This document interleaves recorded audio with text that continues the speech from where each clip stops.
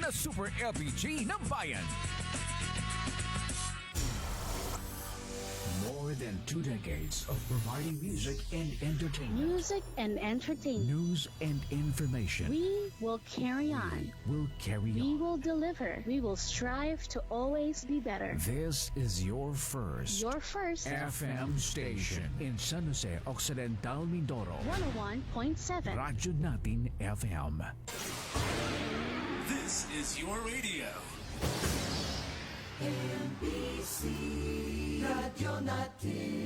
This program is a paid program and does not necessarily reflect the opinions, values, and policies of Radyo Natin. Radyo Natin shall not be held liable for any views or opinions expressed during this program. Ipanan pagkakaiyong ilakas, Jesus muling darating. Mga manlalakbay kayo'y magalak, Jesus muling darating. Ito ang tinig ng pag-asa, isang palatuntunang masayang nagsasabing si Kristo'y muling darating. Tiyak na darating at malapit nang dumating. Kaya't kaibigan, pumadakang siya'y salubungin. Siya'y darating, Jesus muling darating. Okay, isang mapagpalang tanghali sa ating lahat, mga minamahal kong mga kapatid, mga kaibigan, mga nagsusubaybay sa ating pong himpilan ng radyo natin. At nandito po ang Adventist World Radio. At sa tulong po ng Adventist Community Service ay narito po tayo upang kayo po'y samahan sa inyo pong tanghalian. Na kung saan po ay tayo po ngayong araw pong ito, araw ng linggo, ay isang kagalakan na makasama tayo ng ating pong Panginoon habang tayo ay kumakain kasama ang ating pong pamilya. Yan. At isang mapagpala din po sa ating lahat, mga minamahal kong mga kapatid, sapagkat hindi po i-ere ang ganito pong gawain kung hindi po kayo nakasuporta o hindi tayong lahat ay nakikinig o nakikinabang sa ating pong programa. Muli, ako po si Pastor Kim Salvador, na kung saan ang ating pong series ay Steps to Christ pa din. At mamaya ay bago po natin simulan ang ating pong pag-aaral, ay ang ating pong programa pong ito ay maririnig sa buong Mindoro. Ayan, Mindoro Island. Ibig sabihin ang Occidental at ang Oriental Mindoro. At siguro umaabot ito ng Antique, kung hindi ako nagkakamali. Umaabot ito ng Antique at sa Palawan, karatig lugar ng Palawan. Yan, sa Batangas. Yan, yung mga malapit sa pier, yan yung mostly na malapit po at nahahagip ng ating pong himpilan ng radyo natin. Kaya, mga minamahal ko mga kapatid, tayo po ay makinig sa ating pong pinapag-aralan. Bago po tayo magsimula, ay tayo po ay makakarinig ng isang awitin at tayo po ay mananalangin.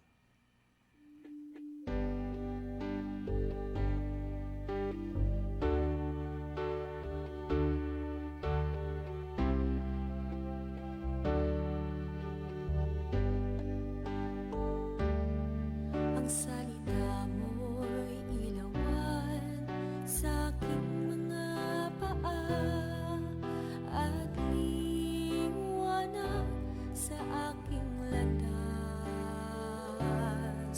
Puso ko'y umaawit ng labis na ligaya, pagkat si Kristo ang kasama ko sa tuwina.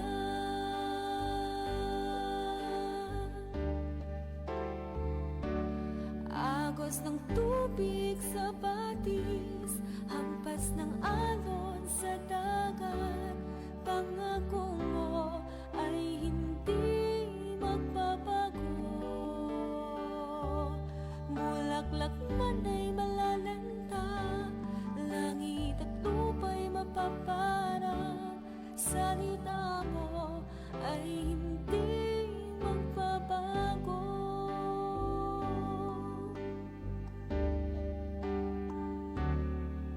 Ang kaligayahan ko'y nasa Panginoon.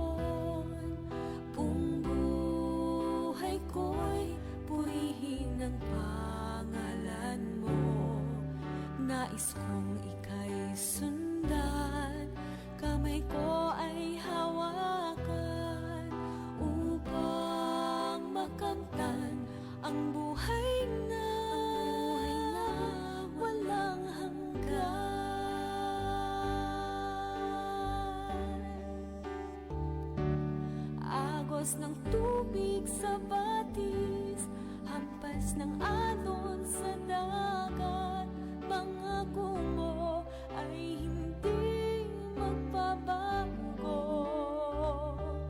Bulaklak man ay malalanta, langit at lupa'y mapaparang, salita mo ay hindi magbabago. Agos ng tubig sa batis, hampas ng alon sa dagat, pangako mo ay hindi magbabago. Bulaklak man ay malalanta, langit at lupa'y mapaparang, salita mo ay hindi magbabago. Salita mo ay hindi magbabago. Salita mo ay hindi magbabago.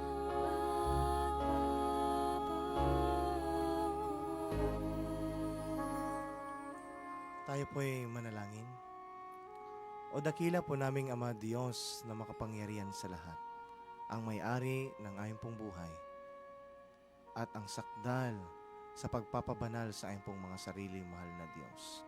Tunay na kagalakan na makasama namin kayo at kinatutuwa, mahal na Diyos, na sa aming pong pag-aaral ng inyong pong mga salita, magbigay po sa amin ng biyaya, kapakinabangan, at lalo na maranasan namin, mahal na Diyos, ang pagpuspos ng banal na Espiritu upang lahat kami ay makinabang ngayong araw na ito. Sa pangalan ni Jesus. Amen. Yan, muli mga minamahal kong mga kapatid, tayo po ngayon ay nasa Steps to Christ pa rin series na kung saan may pinagmatang na Steps Closer to Jesus. Yan. Ngayon, ang title po natin mga minamahal kong mga kapatid ay walang iba, kundi ito po ay napapanahon.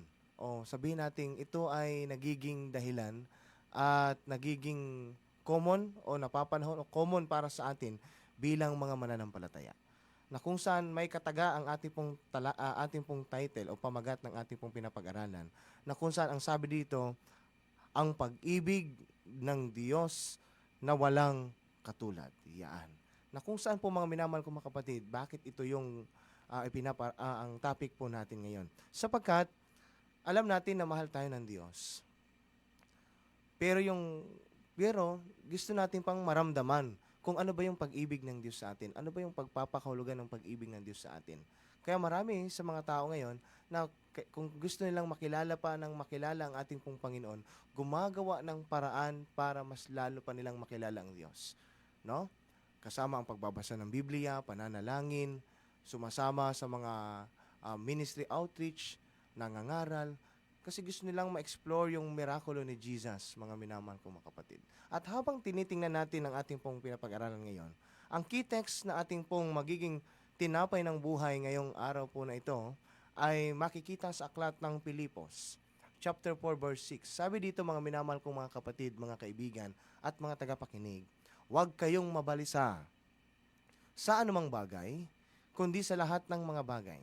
Sa pamagitan ng panalangin at pagsamo, may pagpapasalamat ay ipaalam ninyo ang inyong mga kahilingan sa Diyos. Na kung saan po, pagtatanungin natin pag sinabing ang pag-ibig ay walang katulad, kung galing ito sa Diyos, wala ka na dapat ihingin pa. Wala ka na dapat itatanong pa sa Diyos kung gaano kanya kamahal.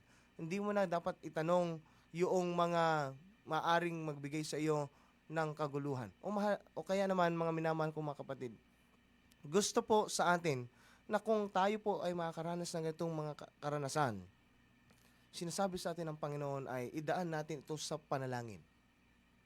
Pakikiusap sa ating pong Panginoon dahil tandaan po natin, sa langit na bayan mga minamahal kong mga kapatid, ang kailangan na natin gawin ay magpuri at magpasalamat, mga kapatid. Kaya tayo po ay punong-puno ng problema. Tayo po ay punong-puno ng mga pagsubok dito sa sanlibutan. At ating pong tinitingnan ng ating pong buhay, mayroon ba akong karapatan maligtas? Bagamat napakasama kong tao, dami kong mga maling nagagawa. O marahil marami tayong napapansin sa ating pong buhay na gusto nating baguhin pero hindi kong magawa. No? Kasi ang totoo niyan, sabi nga po sa sikat na author, no, mga minamahal kong mga kapatid, hindi mo kayang patawarin ang iyong sarili maliban lang kung ang Diyos mismo ang magsabi na ikay pinapatawad sa iyong kasalanan. Na kung saan po mga kapatid ko, meron akong dinidiin sa inyo na 3 puntos na ating pong pagbubulay-bulayan buhat sa talata na ating pong pinaghihimay-himay ngayong araw na ito. Na kung saan po, unang ating pong makikita dito sa talata, huwag kayong mabalisa. Ano bang meron sa atin? Bakit tayo pinapaalalahanan ni Pablo na kung saan ay huwag tayong mabalisa? Sapagkat nandyan yung pag-ibig ng Diyos, nandyan yung biyaya ng Diyos. At bakit pa tayo nakakaranas ng pagkabalisa sa anumang mga bagay? Kasi dito natin makikita na bagamat tayo po yung makasalanan, na kahit tayo ay pinagpapala, pero ramdam natin yung pag-aalala. Kasi bakit po? Tayo ay nasa likas na tao. Ibig sabihin, tayo ay nagkakasala, tayo ay hindi maiwasan na tayo ay hindi maging malungkutin o makaranas ng kalungkutan, o tayo naman baka hindi makaranas ng hindi magalit, hindi magreklamo, o kaya hindi magkaranas ng hindi ka makasabi ng hindi masama. Kaya mga minamahal ko mga kapatid, ngayon pong tanghaling ito, gusto po tayo ng Panginoon dalhin sa isang magandang kwento na ang panalo po o ang magtatagumpay tayo at ang Panginoon. Sapagkat ayaw ng Panginoon sa atin na makaranas tayo ng mga bagay na hindi po kaaya-aya at kalooban ng ating pong Panginoon. Meron po ditong unang puntos na aking pong nakita sa ating pong talatang pinapag-aralan.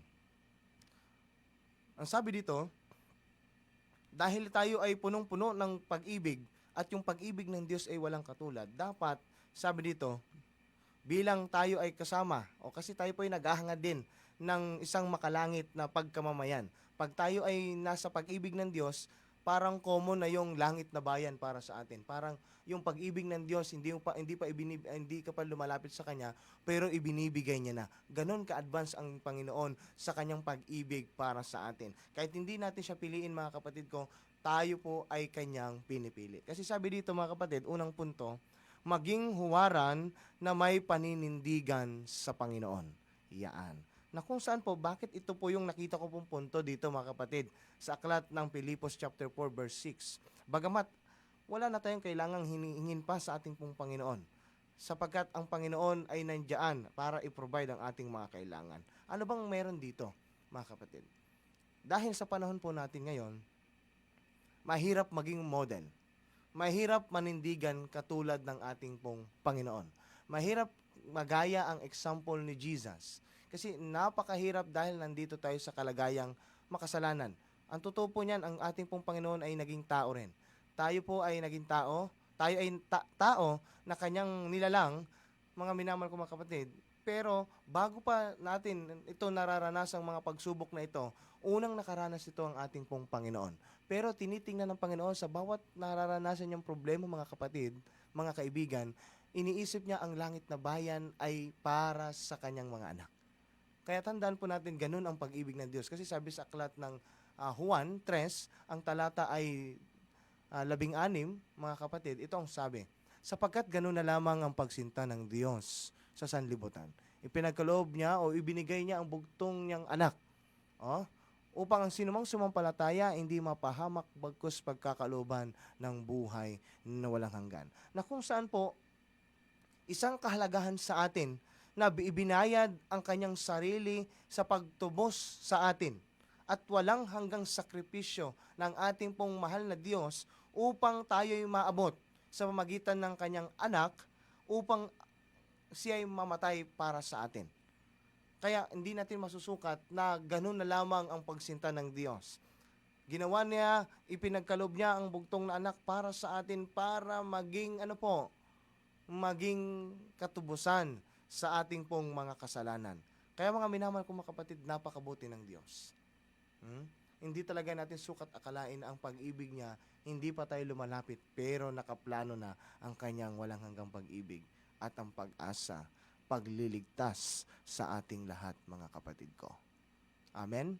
Kaya mga minamahal kong mga kapatid, kailangan natin maging huwaran. Paano ba maging huwaran?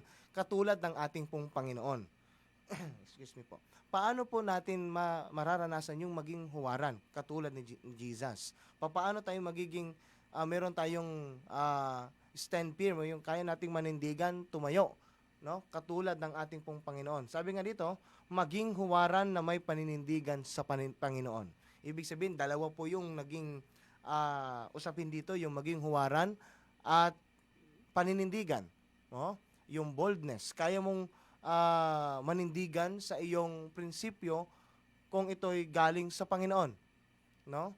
Kasi tayo po ay may mga prinsipyo na pinanghahawakan. Mayroon tayong mga paniniwala na ating sinusundan, mga minamahal ko mga kapatid. Pero dapat makita sa atin yung pagiging halimbawa. Kasi mahirap naman na nagsasalita lang tayo tapos hindi makita sa ating gawa. Kasi ang ating pong Panginoon sa kanyang walang pag-ibig, ipinamalas niya sa atin, ibinigay niya nang hindi siya naimik. Ang gusto niya, ito, pag-ibig ko to.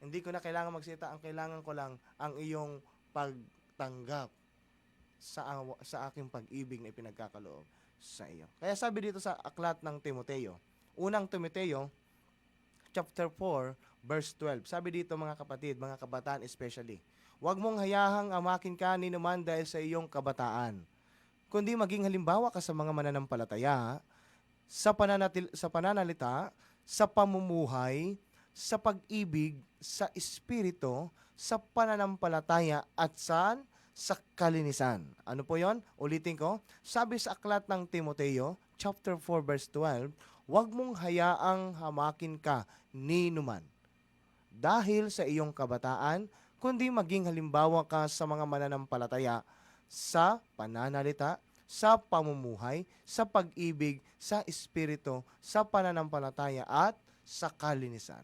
Na kung saan po ito yung model ng ating pong Panginoon. Ito yung paghalimbawa ng maging huwaran at manindigan sa ating pong Panginoon.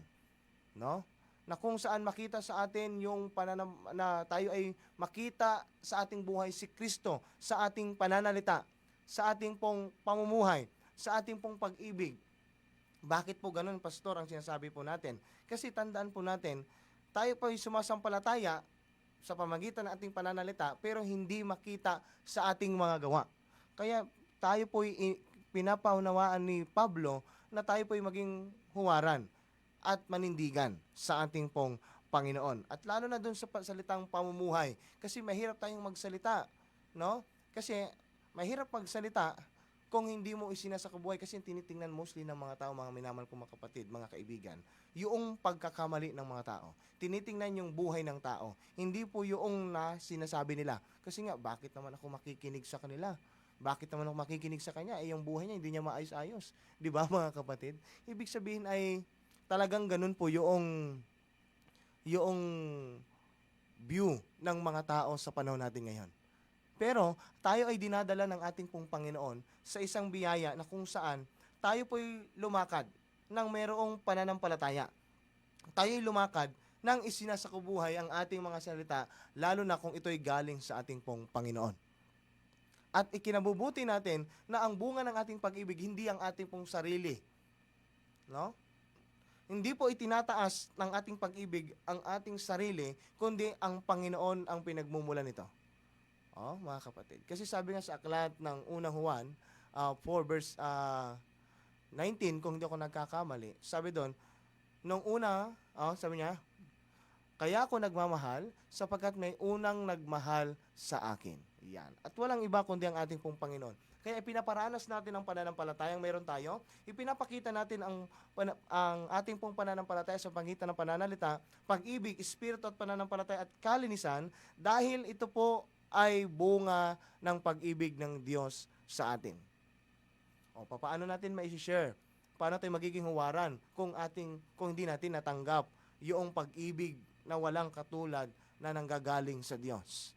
'Di ba, mga kapatid?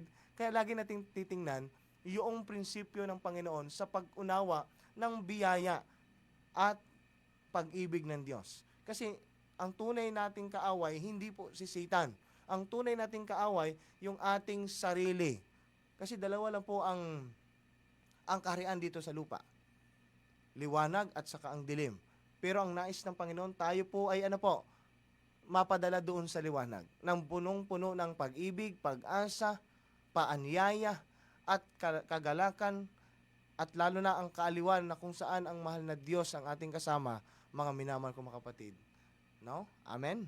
Kaya sa madaling sabi mga kapatid ko, dapat nating pagbulay-bulayan ang ating pong buhay sa panahon natin ngayon. Sapagkat hindi po tayo inilagay sa sanlibutan para iparanas lang ang pag-ibig ng meron ikaw, kundi ipakita ang pagiging isang makamamamayan ng sanlibutan, ng langit na bayan sa iyong mga kapatid o kapwa na iyong kinakausap o iyong nakakasalamuha. Kaya sabi dito sa aklat po ng Josue, chapter 24 verse 15, ngunit kung inaakala ninyong masama ang maglingkod sa Panginoon, pumili kayo ngayon kung sino ang inyong paglilingkuran. Ngunit tungkol sa akin at sa aking sambayanan, kami ay maglilingkod sa Panginoon. No? Kasi po, kaya hindi natin makita yung tunay na pag-ibig ng Diyos. Kasi mostly, tayo bilang mga mananampalataya, dalawa minsan yung ating nagiging hari sa ating pong buhay. No? Maaring hari yung pag-ibig ng Diyos, yung isa naman ay kadiliman galing sa kaaway. Pero lagi po tayong dinadala ng Diyos sa kanyang pag-ibig. Kaya lagi nating intindihin mga minamahal kong mga kapatid, na tayo pong lahat ay pinapapili tayo doon sa tama. No? Kasi tayo ay may freedom of choice. Pinipili ng Diyos na tayo ay mapunta sa tama, pero naglagay siya ng dalawang pagpipilian kasi gusto niya ikaw yung pumili. No?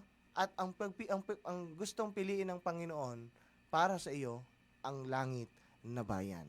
Kaya bago tayo makarating sa langit na bayan, dapat tayo po pala mga kapatid ay makita sa atin yung tinatawag na makalangit na mamamayan buhat sa walang hanggang pag-ibig ng ating pong Panginoon. Kaya nga sabi pa dito mga kapatid ko, sabi nga ni Joshua, mamili kayo ng inyong paglilingkuran. Ang akin at ang aking sambayanan, kami ay maglilingkod sa Panginoon. Parang sabi niya, kung sa wikang Ingles, as for me and my house, we will serve the Lord. Yan, mga kapatid. Kaya sabi pa dito sa Matthew 5 verse 16, lumiwanag na gayon ang inyong ilaw sa harap ng mga tao. Kasi nga pag tayo ay naging example sa kanila, okay? Naging pagpapala tayo sa kanila, naging halimbawa, naging huwaran tayo sa kanila na mayroong paninindigan, ito ay kumikinang, no? Pag makita sa atin yung pag-ibig ng Diyos, mga minamahal kong mga kapatid, tayo pong lahat ay magniningning because of Jesus. No? Tayo ay magliliwanag because of Jesus. Hindi mo kailangang magsalita sa pulpito ng magagandang salita pero hindi mo isinasakabuhay. Kahit ikaw ay payo ng payo pero hindi makita sa iyong sarili, useless ang gawain.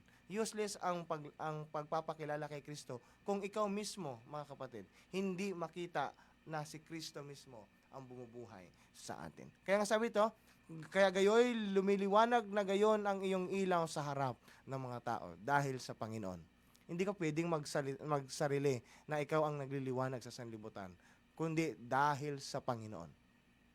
Dahil sa pag-ibig ng Diyos sa akin, iniibig kita. Yan. Dapat ganon, mga kapatid. Na kung saan ang buhay ay may huwaran at paninindigan ay nagbibigay ng alin po? Ng liwanag sa iba. Kaya nga sabi po dito sa famous author sa Steps to Christ, ang pinakamalakas na argumento pabor sa Ebanghelyo ay isang Kristiyanong may pag-ibig at kaibig-ibig nga ugali. Bakit po yun ang sinasabi, mga kapatid? Mahirap mangaral, mahirap maka-impluwensya kung hindi ka nakikipag-relationship sa kanila, nakikipag-ugnayan. Hindi ka kung sa mga babae pa, kung sa mga lalaki, ay grabe ang effort para ligawan itong babaeng ito. Hanggang sa mapasagot. Bago bigyan ng isang kasayahan o tawagin nating impluwensya. Kasi po, tandaan niyo po, sa panahon natin ngayon, ay kung titingnan natin yung pangliligaw ng lalaki sa babae, gumagawa talaga ng effort para hindi mawala yung relationship niya doon sa kanyang nililigawan. o yung interest sa kanyang nililigawan. Ngayon na naging sila, nakita sa kanila yung bunga ng pag-ibig. That is influence. No? Na kahit hindi na siya magsalita, nakikita sa kanyang paggawa at sinusundan na lang. Ganon din ang Panginoon. Ang Diyos ay nanliligaw sa atin. Inahanda niya ang malaking kasalan para sa iyo at para sa akin, para sa kanyang muling pagbalik. Ikaw na babae o ang iglesia ng Diyos ay magbibigay ng kasiyahan at magalak sapagkat ang lalaki, ikakasal na lalaki na walang iba kundi si Jesus, ay sasalubungin tayo at makakaranas tayo ng isang malaking piging ng bunga ng walang hanggang pag-ibig ng ating pong Panginoon. Kaya nga sa atin mga kapatid ko, ang ating karakter, ang pinakamakapangyarihang patutuo ng ating pananampalataya. Ano po yun? Mahirap mag-influence kung wala kang relationship sa tao. Kung hindi ka makapagbigay ng magandang aplikasyon o maisakabuhay si Kristo o anuman ang gusto mong iparating sa buhay mo.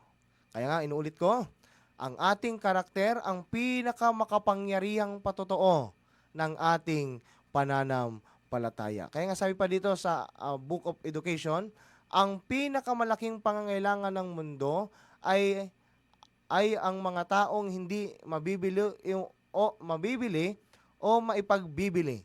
Mga taong maninindigan sa tama kahit bumagsak ang langit. Ulitin ko mga kapatid. Ang pinakamalaking pangangailangan ng mundo ay mga taong hindi mabibili o maipagbibili. Ang mga taong naninindigan sa tama kahit bumagsak ang langit. Yan. 'Di ba?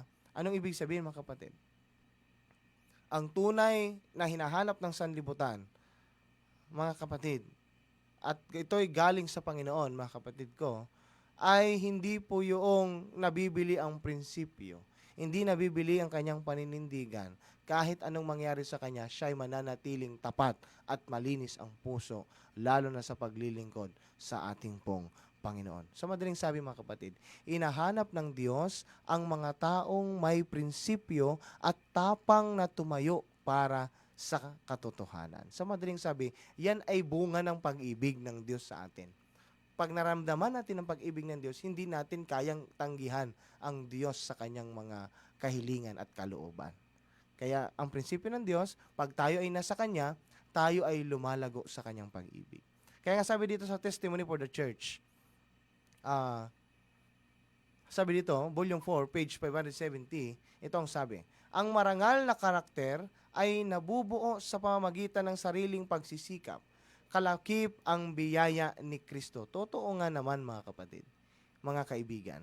Hindi natin makayang maging matinong tao. Hindi natin kayang maging marangal na tao o maging mapanalanginin na tao o mapag-ibigin na tao kung hindi dahil sa biyaya ng ating pong Panginoon. Sa madaling sabi, ang paninindigan ay bunga ng pakikipagtulungan sa kapangyarihan ng Diyos, mga kapatid. Amen? Kaya lagi nating anyayahan ang banal na Espiritu na sumaatin sapagkat sabi nga sa talata o sa aklat ng Galatian, tayo po ay may bunga ng Espiritu, no? Na ibinigay sa atin ng banal na Espiritu buhat sa ating pong mahal na Diyos. Kaya mga kapatid ko, tayo po ay magkaroon ng pag-ibig, matiisin, at lalo na ang anumang mga bagay na maranasan natin ay punong-puno ng pag-ibig at paninindigan. Kaya po mga kapatid, bago po ako magpatuloy, ay sa ating pong ikalawang puntos, bago ako magpasok sa pangalawang puntos, ay tayo po'y makakarinig muli ng isang makalangit na awitin.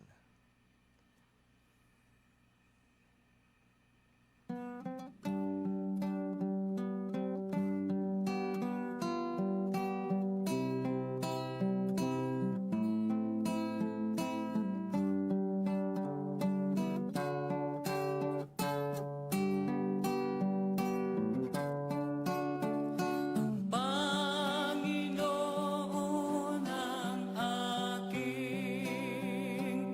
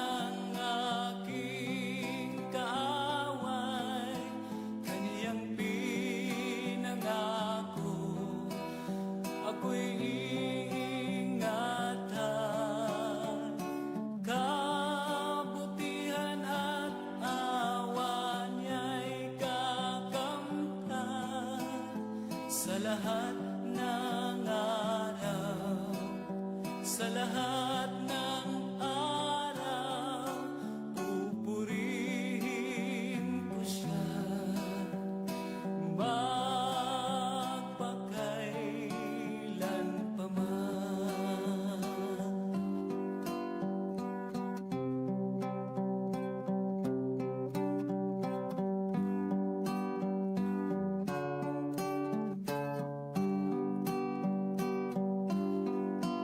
Aking kumanang landas ng panganib, ako'y wala nang katatakutan.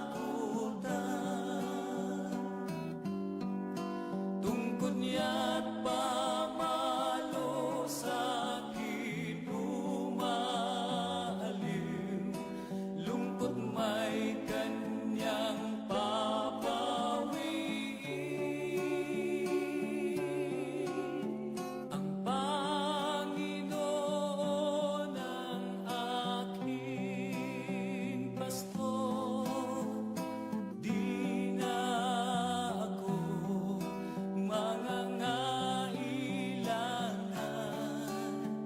Lumakad man ako sa gitna ng kadiliman, siyang susubaybay sa aking daan, sa aking daan, sa aking daan.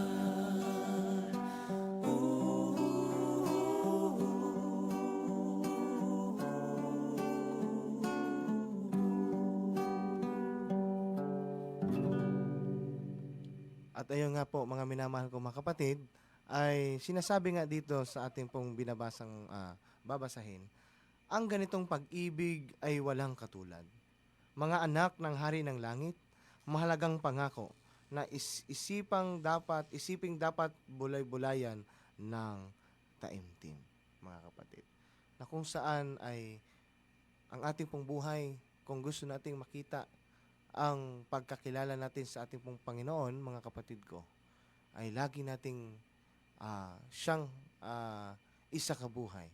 Buhat lang natanggap natin ang kanyang walang hanggang pag-ibig. Pangalawang puntos, mga kapatid, maging kasiyahan ang ating pagiging mamamayan sa Panginoon. Kasi pag tayo po'y punong-puno ng pag-ibig, kung tayo ay nasa Panginoon, maging kasayahan natin ang ating pagiging mamamayan o maging kabahagi ng ating pong Panginoon sa kanyang langit na bayan. Kasi sabi dito, ang pagiging mamamayan sa Panginoon ay hindi lamang ang tungkulin. Ito ay isang malaking pribilehiyo at kagalakan. Bilang mga anak ng Diyos ay tayo'y kabilang sa kanyang kaharian at namumuhay ayon sa kanyang kalooban. Kaya nga mga minamahal kong mga kapatid, ipinapakita sa atin na yung buhay po natin ay nabubuhay sa pag-ibig ng Diyos.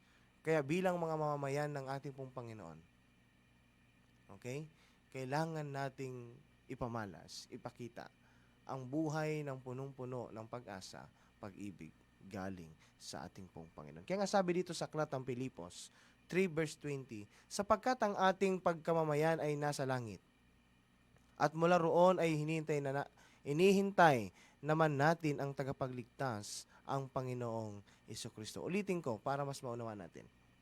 Sabi sa aklat ng Pilipos chapter 3 verse 20, sapagkat ang ating pagkamamayan ay nasa langit, at mula roon ay hinihintay naman natin ang tagapagligtas, ang Panginoong Jesucristo. Sa madaling sabi, mga kapatid, ang tunay nating identity ay ang mamamayan sa langit. Yan. O ibig sabihin, ang ating pong identity bilang mga anak ng Panginoon ay hindi dito sa isang sanlibutan, kundi ang ating pong identity ay isang mamamayan ng langit. Kaya dapat iparamdam natin sa ating mga kapatid, sa ating mga kaibigan, sa ating mga kakilala, o sa ating mga kamag-anak, o marahil sa ating mga nakakasalamuha, na ang iyong pong ginagawa o ang iyong isinasakabuhay ay ang langit na bayan na galing sa ating pong Panginoon. Kaya nga sabi dito, ulitin natin, ang tunay nating identidad ay mamamayan ng langit. Ito ang nagbibigay sa atin ng pag-asa at kagalakan. Kaya nga sabi ulit dito sa awit o sa aklat ng mga awit 100 verse 2, ang sabi dito mga kapatid, ulitin ko, mga awit 100 verse 2. Ito ang sabi. Maglingkod kayo sa Panginoon na may kagalakan. Magsilapit kayo sa kanyang harapan na may awitan. Isa madaling sabi, ang paglilingkod sa Diyos ay dapat may kagalakan at hindi mabigat sa puso. Amen? Kaya sa madaling sabi mga kapatid ko, kung tayo ay napuspos ng walang hanggang pag-ibig ng Diyos sa ating pong buhay, ay kung ito'y ating isinasakabuhay mga kapatid, ito'y isang kagalakan na makita ng Panginoon na bagamat tayo po ay wala pa sa langit, pero ramdam natin ang langit na bayan. Amen? Ganun lang po yun. Ganun lang kasimple yung panawagan ng Diyos sa atin. Na kahit wala pa tayo sa langit na bayan, pero gusto niyang iparana sa atin ang langit na bayan dahil sa kanyang walang hanggang pag-ibig sa atin. Kaya sabi dito sa Roma chapter 14 verse 17, Roma chapter 14 verse 17, itong sabi mga kapatid, sapagkat ang kaharian ng Diyos ay hindi pagkain at pag-inom, kundi katwiran at kapayapaan at kagalakan sa Espiritu. Sa madaling sabi, ang pagiging kabahagi ng walang hanggang pag-ibig sa kaharian ng Diyos ay nagdudulot ng alin? Ng kapayapaan at tunay na kagalakan. Kaya sa madaling sabi mga kapatid, tayo bilang anak ng Diyos, mga kapatid ko, ang diin sa atin ay, tayo bilang anak ng Diyos ay ano po? Tayo po ay tinatawagan bilang maging kabahagi ng kanyang gawain. Kung naramdaman mong minamahal ka ng Diyos, ang panawagan sa iyo ngayon ng ating pong Panginoon, mga kapatid ko, mga kaibigan at mga sumusubaybay, yung maging kaparte tayo sa gawain ng ating pong Panginoon. Ganun lamang, mga kapatid. Napakahirap gawin, pero dahil sa biyaya ng Diyos, sa pag-ibig ng Diyos, tayo ay tutugon sa kanyang panawagan. Amen? Praise the Lord, mga kapatid. At sabi pa dito sa aklat ng unang Pedro, chapter 2, verse 9, itong sabi, kayo'y isang lahing hinirang. Yan. Amen? Isa tayong lahing hinirang na galing sa Diyos, mga kapatid, upang inyong ipahayag ang mga kagilalas-gilalas na gawa niya. Yan. Kaya pala tayo pinili, dahil tayo po ay kaya pala tayo pinipili palagi ng Diyos. Kasi nga, bagamat tayo ay makasalanan, pero dahil sa kanyang pag-ibig sa atin, pinipili niya tayong maging kanya. Dahil gusto niya na tayo ay maging kamanggagawa, tayo ay kanyang maging kaparte ng kanyang walang hanggang pag-ibig na maaring maging daluyan para sa ating mga kapwa na nakakasalamuha na maidala din ang walang hanggang pag-ibig sa kanila patungo doon sa ating pong Panginoon. Sa madaling sabi, bilang mga mamamayan ng Diyos na punong-puno ng pag-ibig, mga kapatid, ang ating mga layunin ay dapat maisakatuparan, buhat sa Diyos at ang kanyang misyon. Kaya nga sabi nga dito, sa Steps to Christ, kapag ang puso ay lubos na ibinigay kay Kristo, ang paglilingkod ay nagiging kasiyahan. Sa madaling sabi, ang tunay na kagalakan ay nagmumula sa pusong nakatalaga kanino? Sa ating pong Panginoon. Kaya ang kaligayahan na natatagpuan sa paglilingkod sa Diyos ay higit na sa anumang kasiyahan ng sanlibutan. Kaya mga minamahal kong mga kapatid, ang buhay natin pag nakasentro sa ating pong Panginoon, ito ay puno ng kapayapaan at kagalakan. Yan.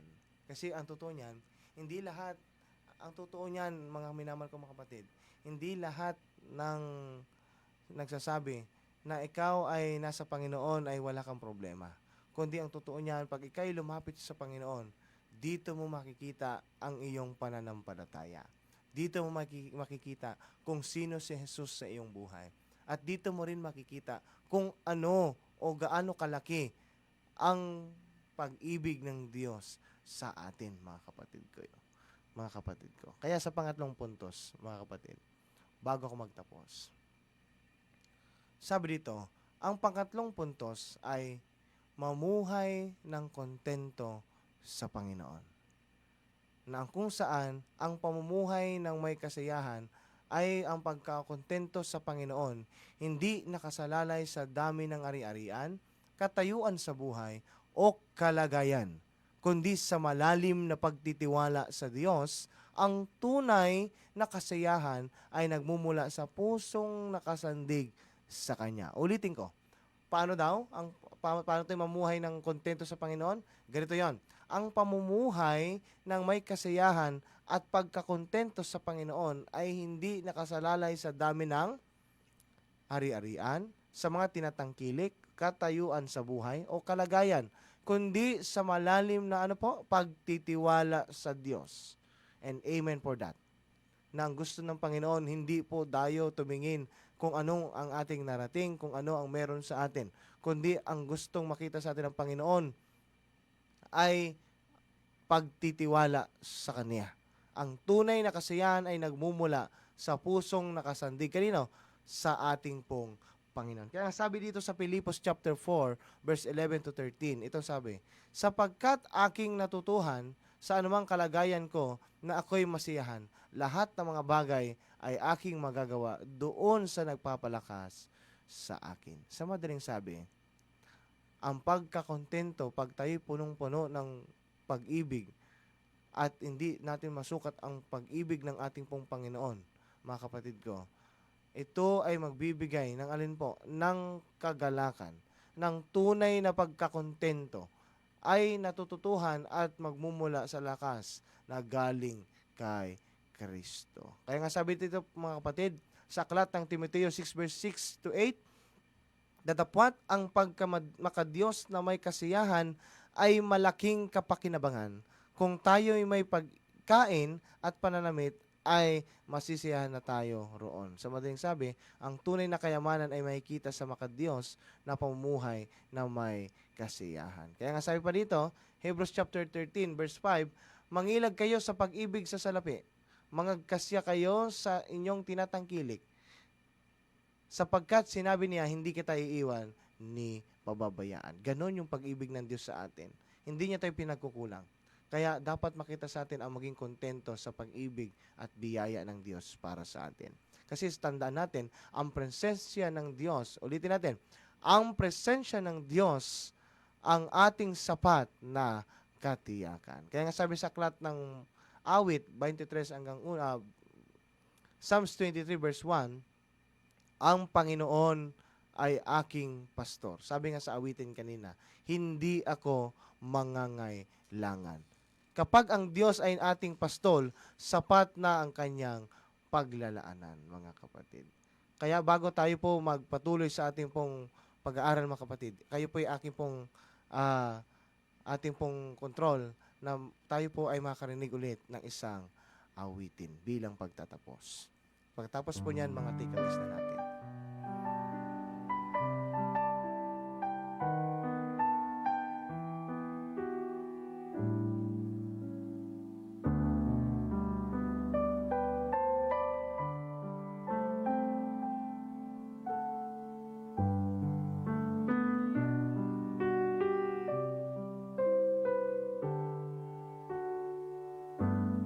Narito ako, Panginoon,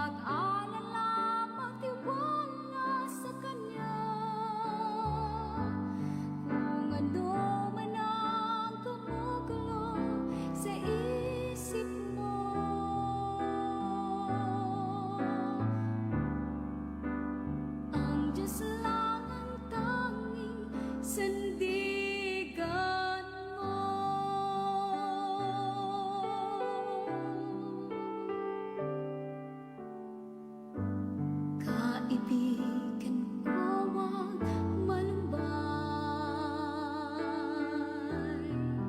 kahit ika'y nag-iisa. Ano man ang iyong nakaraan, wag na itong isipin pa. Ang bukas ay hindi ko alam, ngunit di ka dapat mangamba. Di ka niya pababayaan, iaalay ang lahat sa kanya. Maging madilim man ang gabi, ay darating din ang umaga. Huwag mag-alala, magtiwala sa kanya. Kung ano man ang gumugulo sa isip mo,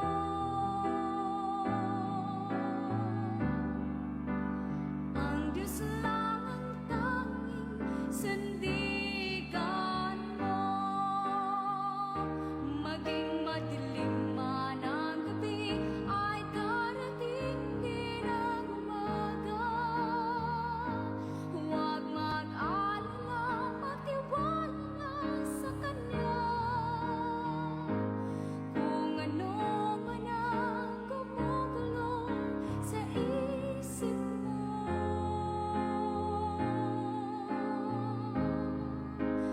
ang Diyos lang ang tanging, ang Diyos lang ang tanging,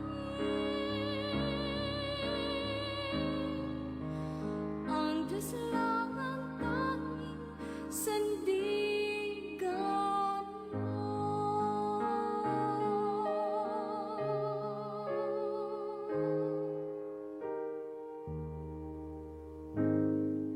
Sa ating pong pagpapatuloy mga kapatid, pinapakita sa atin ng ating pong Panginoon na kung tayo po ay punong-puno ng pag-ibig ng Diyos, mga kapatid, una nating dapat gawin ay maging huwaran na may panindigan sa Panginoon.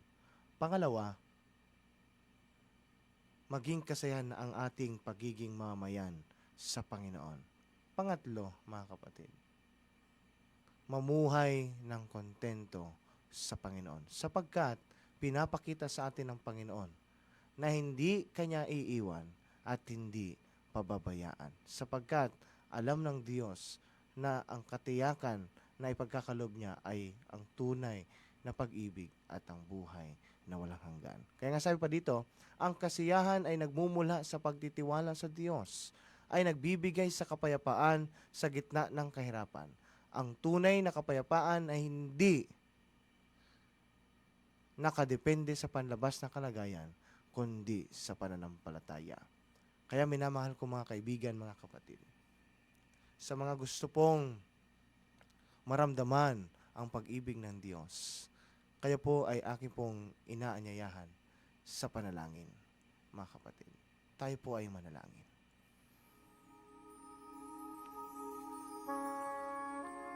O dakila po naming Ama, narito po kami bilang inyong mga makasalanang anak. Wala kaming kakayahang mabago, kundi sa inyo pong biyaya kami umaasa. At isang kagalakan na kami po ay inyo pong pinapatawad. Pinaparanas sa amin ang inyong kabutihan, ang inyong walang hanggang pag-ibig. Nasagana ito maging buhat sa aming pong pagkakasala, na maidala nyo kami patungo sa kagilalas-gilalas na kaliwanagan. O mahal na Diyos, ngayon pong tanghali, aking pong dalangin, manariwa sa aming buhay, ang buhay na patotoo, galing sa aming pong mahal na Diyos, na ipinapamalas niya ang walang hanggang pag-ibig, upang kami po'y abutin. Kaya mahal na Diyos, ngayon pong hapong ito, dalangin ko, kaming lahat ay inyong sasamahan at maging matibay sa inyong pong muling pagpapalagay. Kaya mahal na Diyos, kayong pong araw na ito, aming pong dalangin. Samahan kami sa paglago sa kaititibay ng aming pong pananampalataya. Yun lamang po, mahal na Diyos. Diring ginay pong panalangin, umabot ito nawa sa luklukan ng awa, pag-asa at walang hanggang pag-ibig sa pangalan ng Panginoong Hesus. Amen. Okay, mga minamahal kong mga kapatid, maraming salamat sa isang oras na inyo pong nakasama ko kayo sa pag-aaral ng salita ng Diyos. At sa sunod na mga every third Sunday po tayo, mga minamahal kong mga kaibigan, mga kapatid, at lalo na aking kayo pong ini-encourage na patuloy na suportahan ang gawain ng Panginoon at pakikinig sa atin po, lalo sa impilan ng radyo natin. At makikita natin ang mga tunay na mga pag-aaral at tunay na mga balita na kung saan po ay mapapakinggan sa himpilang pong ito. Kaya mga minamahal ko mga kapatid, ako nga po muli si Pastor Kim Salvador, na kung saan ay nagsasabi na ang pag-ibig ng Diyos ay para sa lahat. Hindi pwedeng ipagdamot sa bawat isa, mga kapatid. Kaya ang tunay na biyaya ng Diyos ay ibinibigay sa kanyang mga anak na handang lumapit sa Kanya. Kaya mga minamahal ko mga kapatid, kami po ay nagagalak na makasama kayo. Kaya ngayong araw pong ito, kami po ay natutuwa sapagkat kayo ay nandiyan para sa paglilingkod sa Panginoon. Maraming salamat at pagpalain tayo ng Panginoon. Siya'y darating, Jesus muling darating. For views and comments with regards to the preceding program, please write to the program